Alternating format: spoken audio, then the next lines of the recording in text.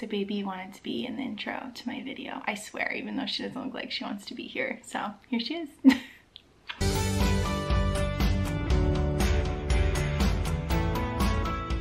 And she's gone.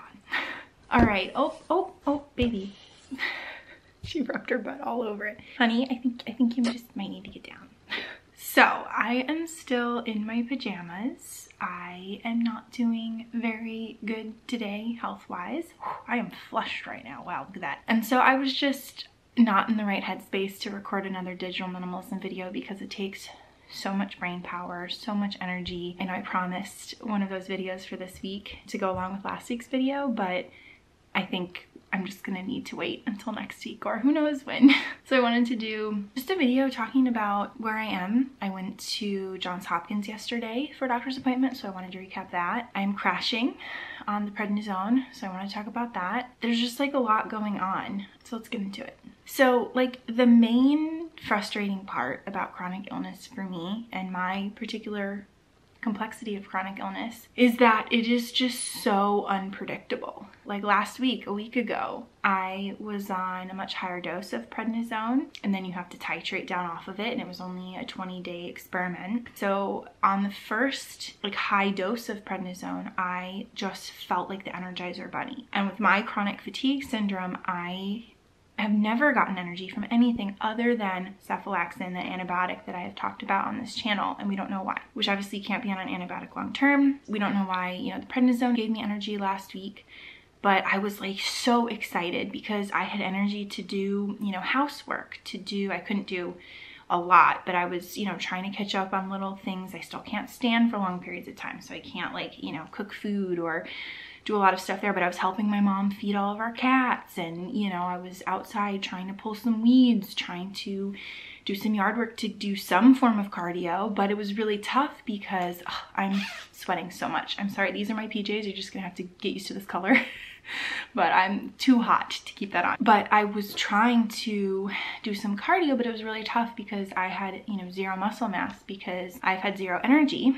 And so when even taking a shower takes all of your energy for a day, there is no way to build muscle mass. So I went from being able to do nothing to then trying to, you know, pull some weeds and stuff like that. And it's just really tough because I went from zero to, you know, my body feeling like I'm going 100 miles an hour. And that was really tough to also just not have the capacity to like do cardio. So I got tired really fast and wasn't able to do a ton. But then I was also trying to be a little social and do some social calls and stuff. So I was planning some, but then I crashed.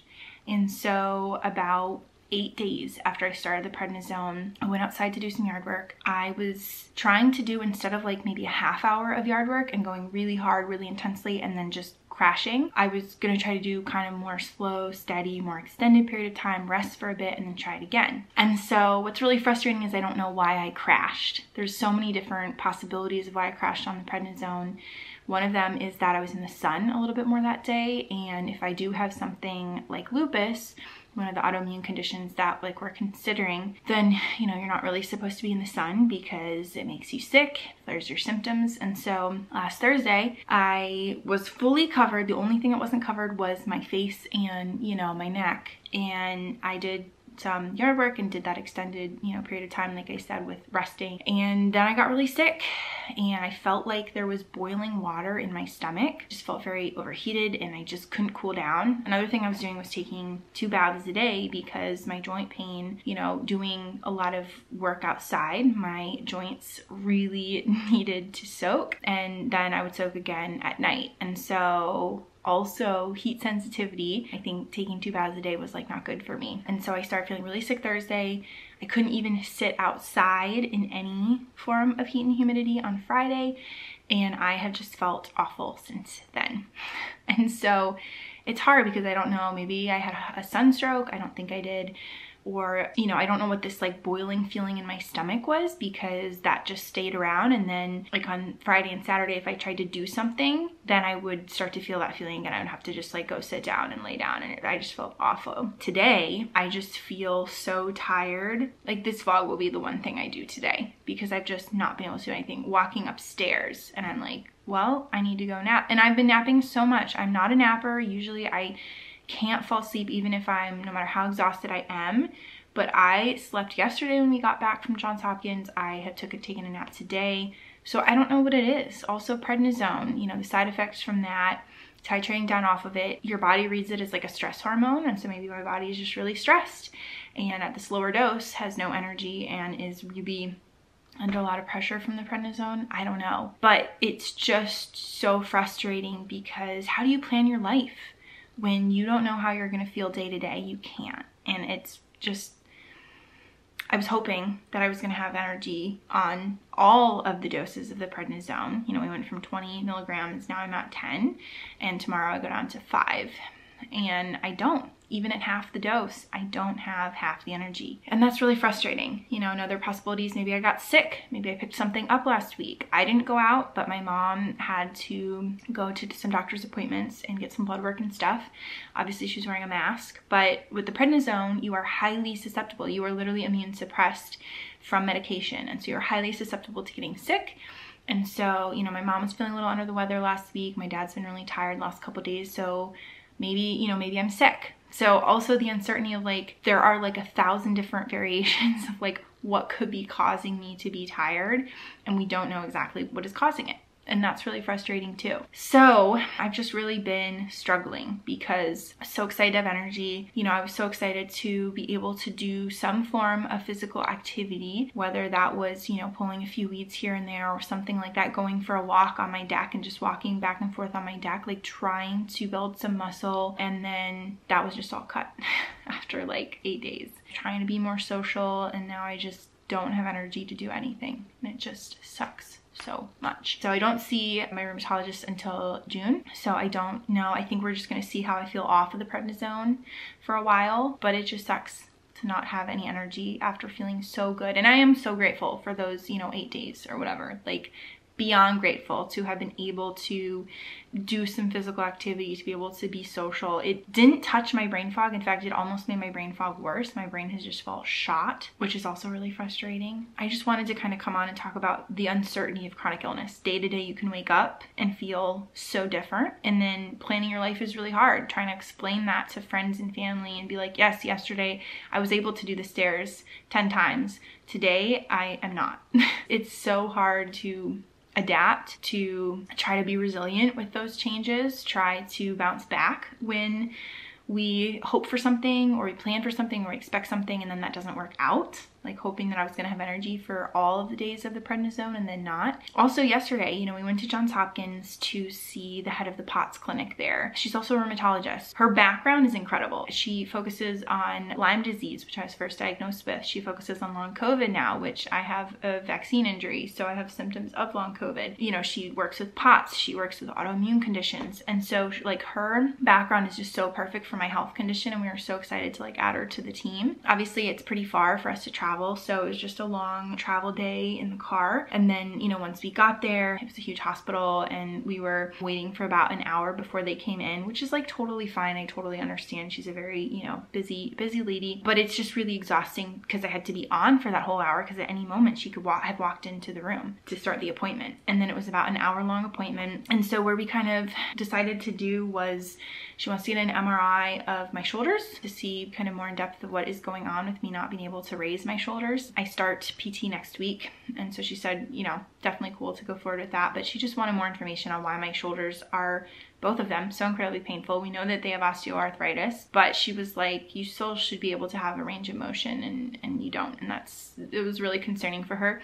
She also, my fingernails a lot of the time are like purple, and she was like commenting on how crazy that is. And I was like, yeah, it's kind of normal for me, but I guess that's not normal in the grand scheme of things. So, you know, she really went through my whole chronological history. She wants to do more testing on my dry eyes because I don't feel like my eyes are dry necessarily. I guess I just don't really pay attention to them. But when I went to see an eye doctor in January, they said that I had dry eyes. And so that she wants to do more testing with that, which I am incredibly nervous for. When they did the dry eye test in January, they touched my eye with like a piece of paper, and I basically had a panic attack. And so I don't know what other dry eye tests might be done, but even putting drops in my eyes gives me massive anxiety. Like I've been through so many tests, so many health things, and I can deal with that, but like teeth and eyes just really freak me out, and I'm struggling with that.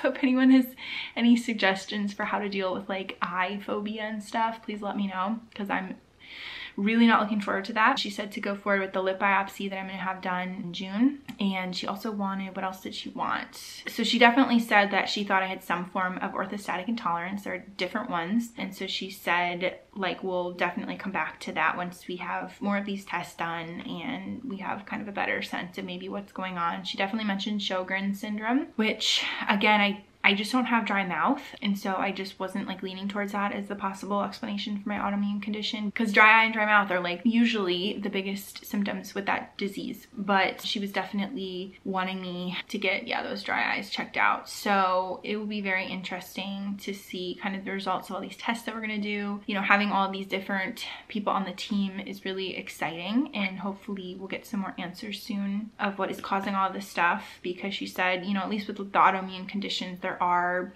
symptom management out there. Most of the autoimmune stuff, there's no cure, but you know, possible symptom management, which would be exciting to know, like, okay, why did I get energy on the prednisone? I also had pretty bad side effects from the prednisone, like not being able to sleep on the 20 milligrams. You know, I had all this energy to be able to do some yard work and stuff, but then I also was not sleeping because I just couldn't. I was so wired at night. And so maybe finding like a better dosage or maybe a better medication to maybe try to give me some energy. But all of these have really, really bad side effects, especially for long-term use, which I'm very nervous about. But I need some sort of quality of life. And so it's hard to balance, right? You know, the ups and downs of chronic illness is just the hardest part. And so trying to keep a resilient attitude is all well and good, but when it is like a day-to-day thing that is constantly changing and you get used to a new normal and then something shifts and you're thrown right back into, oh my gosh, I have to get used to this other new thing. And when that's like every day or every week things are changing, it can just get really tiring to constantly be having to adjust to the ups and downs and just the everyday uncertainty of it. And so I'm really excited for the medical team that we have been putting together and that we've been seeing. And I'm really hoping that we get some more information, but also trying to come to the acceptance part of like, look, I have been on this journey for 13 years. And throughout that whole time, we constantly were trying to find answers, right? It's just a tough place to be. So I'm trying to keep a positive outlook for sure. And I'm trying to listen to my body and be like, you know what, my body's telling me it needs to just sleep. So that's what I'm going to allow it to do. I think I'm gonna go back to bed, if I'm being honest. I recorded today and then I think I'm gonna wait till tomorrow to edit this. But yeah, it is a struggle. So I'm gonna go take a nap. Thank you so much for listening and for being here on this journey. If you have any words of encouragement, suggestions, thoughts, tips, tricks, whatever, please leave them below. And maybe someone else who is feeling how I'm feeling right now could also benefit from the words of encouragement. But hopefully I will be in more of like the new normal next week to be able to record my vlog for my digital minimalism series, because I was so excited to do that video, but I just was not in a good headspace to do it today. I can just barely think. It's a lot to just sit here. My eyes just keep closing. Okay, I'm gonna go take a nap, friends. Thank you so much for being here, and I will talk to you all soon.